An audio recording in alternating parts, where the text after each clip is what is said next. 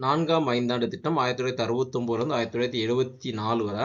So இது வந்து பார்த்தீங்கன்னா 2 நோக்கங்களை கொண்டது. ஒன்று வந்து பார்த்தீங்கன்னா வளர்ச்சியுடன் கூடிய நிலைத்தன்மை, சஸ்டைன்டு டெவலப்மெண்ட் சொல்லுவாங்க. அடுத்து தற்சார்பில் முன்னேற்றம், இண்டிபெண்டன்ட் டெவலப்மெண்ட். சரிங்களா?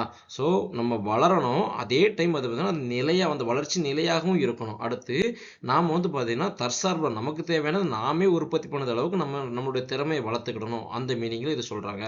அடுத்து 1971 ஃபெரா சட்டம், அந்நிய செலவாணி ஒழுங்குமுறை சட்டம் கொண்டு வரப்பட்டது. இதில் வந்து பார்த்தீங்கன்னா வெளிநாட்டு நிறுவனங்கள் 26% தன்னோட பங்குகளை முதலீடு பண்ணி இந்தியாவில் தொழில் தொடங்கலாம். ஸோ இதுதான் இதோட நோக்கம். இது வந்து பார்த்தீங்கன்னா 1999 ஃபீமா என பெயர் மாற்றம் செய்யப்பட்டது. ஸோ இதுவும் 4ஆம் ஐந்தாண்டு கொண்டு வரப்பட்டது தான். அடுத்து 14 வங்கிகள் தேசியமயமாக்கப்பட்டது. அடுத்து 69 ஒரு துறையில் ஒரு கம்பெனி என்ற கொள்கை ஒழிக்கப்பட்டது. ஸோ ஒரு துறையில் பல்வேறு கம்பெனிகள் இருக்கலாங்கிறத கொண்டு வந்தாங்க. அடுத்து 1971 மன்னர் மானியம் ஒழிக்கப்பட்டது.